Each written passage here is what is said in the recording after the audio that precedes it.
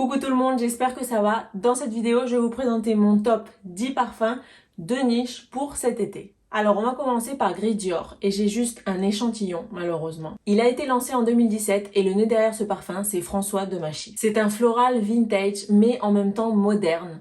Il n'est pas vintage comme certains parfums de chez Chanel, c'est un vintage qui est différent. On sent une rose boisée, terreuse grâce au patchouli, un peu aérienne, aquatique et il contient aussi de la mousse de chêne. Et personnellement, je le trouve parfaitement adapté pour cet été parce que justement, il s'adapte parfaitement à toute cette esthétique, cette mode de old money qu'on voit sur tous les réseaux sociaux.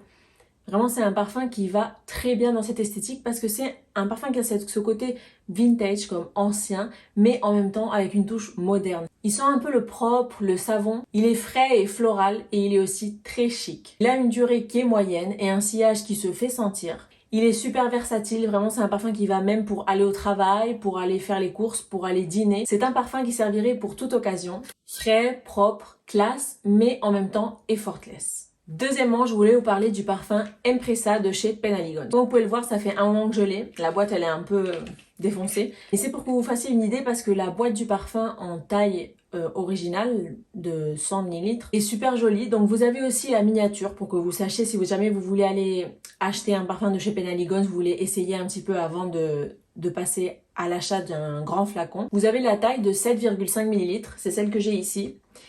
Et c'est un roll-on. Le mauvais truc, c'est que c'est un roll-on. J'adore cette odeur. Empressa, c'est un parfum qui a été lancé en 2014. Et le nez qui se trouve derrière ce parfum, c'est Christian Provenzano. Donc Penhaligon, c'est une maison anglaise. Et d'ailleurs, le flacon de ce parfum, je le trouve très british, avec ce petit nœud vert. On y retrouve tout un cocktail de notes, de l'orange sanguine, de la mandarine, de la pêche, de la bergamote, du poivre rose, de la rose, du musc, du cassis, du néroli, du géranium, et en note de fond du patchouli, du sucre brun, du musc, de la vanille, du bois de santal, de l'encens, du cacao et de l'ambre.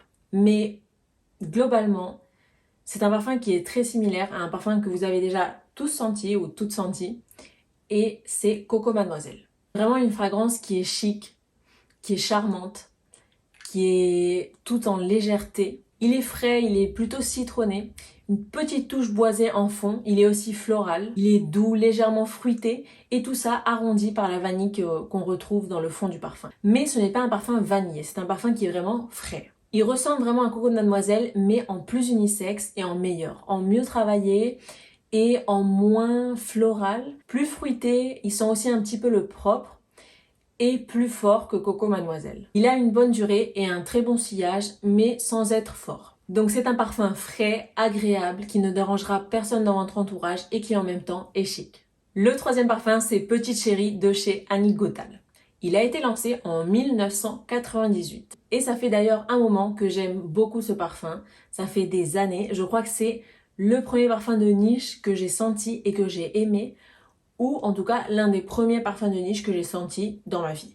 Et ça remonte à mon adolescence puisque ma maman à ce moment-là portait un parfum de chez Annick Goutal. Donc j'ai eu l'occasion de sentir l'échantillon, d'ailleurs je l'ai encore. Il m'en reste encore, je le garde parce que j'aime beaucoup ce parfum, j'aimerais un jour l'avoir.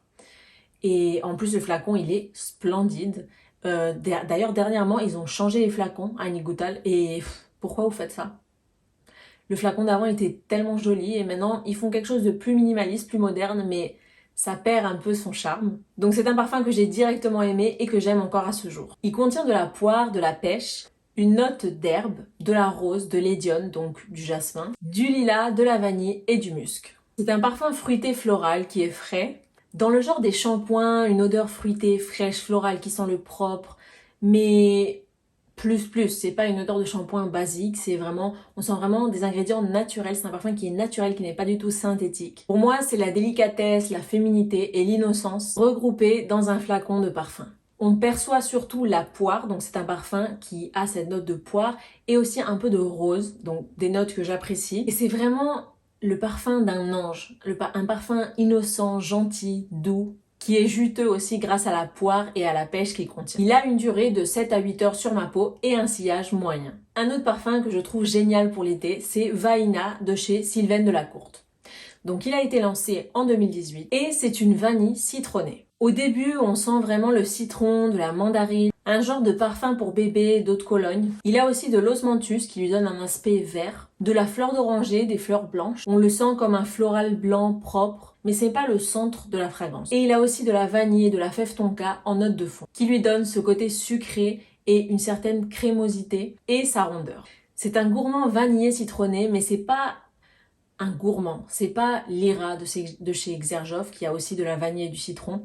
C'est un parfum qui sent un peu, voilà, l'eau de Cologne, le citron, mais vanillé. En fait, si vous aimez la vanille et vous aimez aussi les parfums un peu frais pour l'été, essayez-le parce que c'est un parfum qui est différent de beaucoup de vanilles que j'ai pu essayer. D'ailleurs, je l'ai ici en décan et il m'en reste peu parce que je le porte pas mal. J'ai un autre décan encore, donc j'ai un décan en réserve. Et c'est aussi un parfum qui est un peu poudré, qui est un peu, oui, poudré, de la vanille poudrée avec du citron, des fleurs. Il est parfait pour tous les jours, surtout pour les beaux jours. C'est une odeur naturelle, organique, pas synthétique et très facile à porter. Je trouve que c'est une odeur qui est très française, jamais écœurante, car elle est sucrée, mais en même temps elle est fraîche. Il a un sillage modéré et une durée de 8 heures, donc vraiment pas mal. J'imagine une jeune femme qui porte ce parfum en robe plutôt courte, blanche, une couleur claire, et en Provence, dans le sud, parmi les oliviers, qui dégustent une madeleine à la vanille. Oui, j'adore les madeleines à la vanille, c'est pour ça que j'ai eu cette idée. Il devient plus fruité, floral blanc, vanillé au fil du temps. Au début, on sent beaucoup plus ce côté plus citronné, mais qui diminue par la suite. Donc il est très doux et agréable et pas trop vanillé.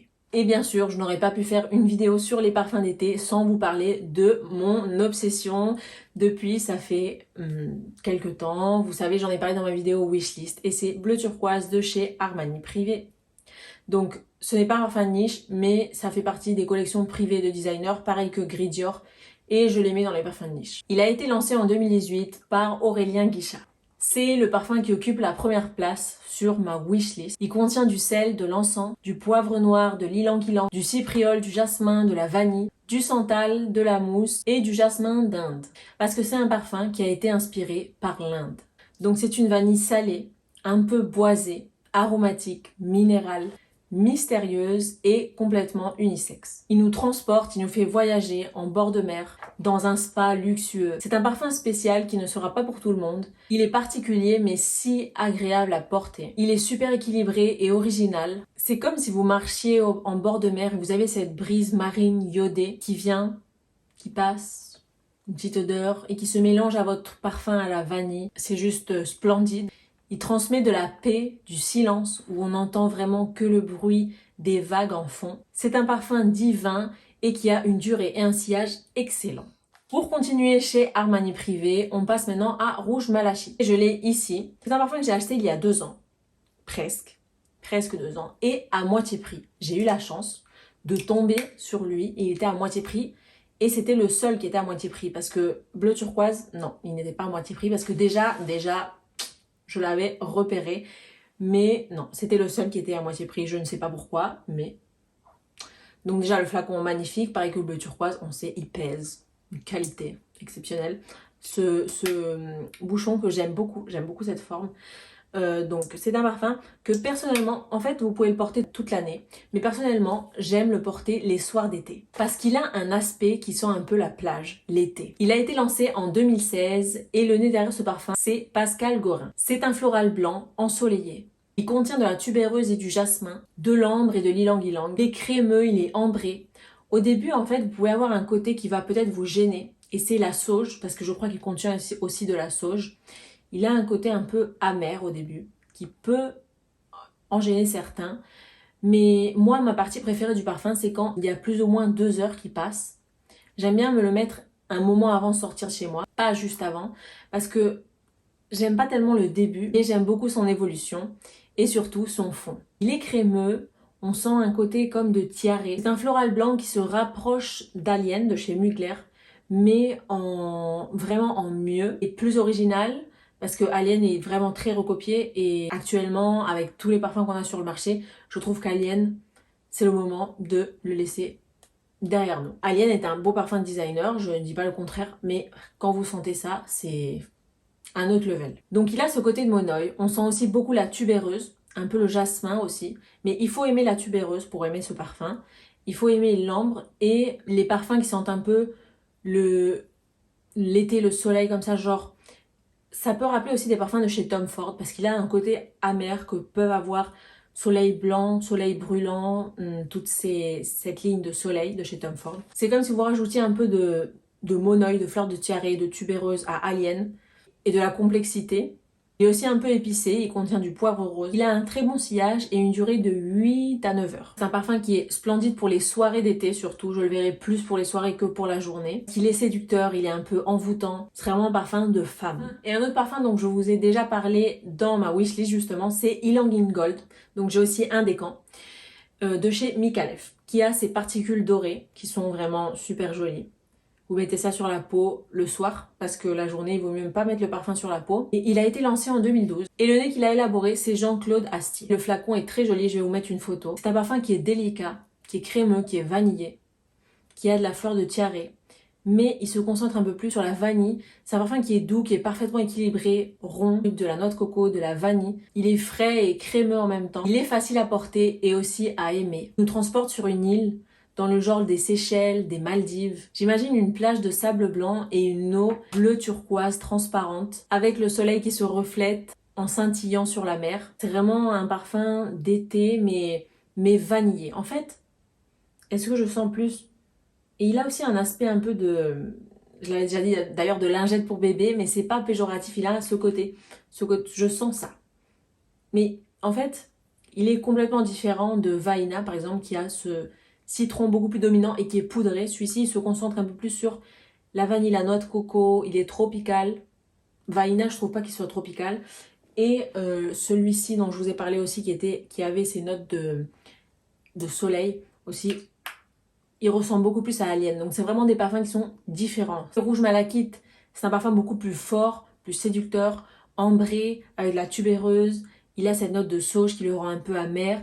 Et on a après d'un autre côté Vaina qui est vraiment du citron et de la vanille poudrée et crémeux ensemble. Si je devais dire lequel des trois est plus sucré, je dirais peut-être que c'est Micallef Ylang in Gold, même si c'est pas un parfum qui est sucré. Encore un parfum qui est tropical et dont je vous ai parlé dans ma wishlist. Et c'est Oud Intense de chez Fragrance du Bois, qui a été lancé en 2013. Je trouve que c'est le parfum tropical le plus beau qu'il y a sur le marché. Bien sûr, c'est juste mon opinion. N'hésitez pas à me donner vos opinions en commentaire. Il est sophistiqué et addictif. On sent une qualité extrême des ingrédients, du mélange, de tout. C'est un floral fruité. Donc, Oud Jaune Intense, oubliez le oud. On ne sent pas le oud, vraiment presque pas.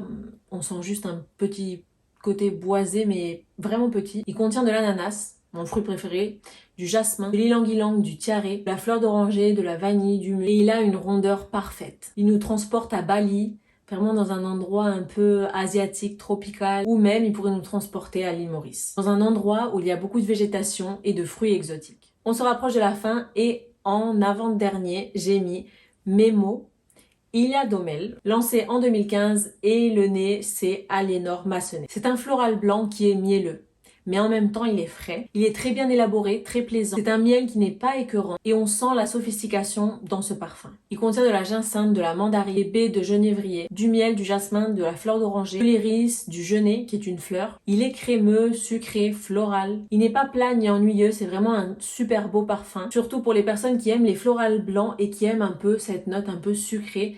Et au début, on sent un aspect fruité, vraiment qui rajoute du peps au parfum, qui relève cet aspect floral, mielleux, qui peut être parfois ennuyant parce qu'il y a plein de parfums floral blanc et sucré. En plus, il a une superbe tenue. Et bien sûr, je n'ai pas pu y résister et j'ai mis Accento Overdose dans cette liste de parfums d'été parce que franchement, c'est un parfum que je porte en été. Surtout le soir, c'est un parfum que je trouve qui est pour le soir. Parce qu'en journée, il peut être trop fort, il peut être entêtant s'il fait trop chaud. Mais pour le soir, il est parfait. Et j'habite dans un endroit où il fait chaud. Il a été lancé en 2019 et le nez, c'est Christian Carbone. Ce parfum, quand je l'ai senti, j'ai eu un coup de foudre, direct. Et je n'ai pas pu arrêter de penser à lui jusqu'à ce que je l'ai acheté. Donc, pour moi, c'était une évidence.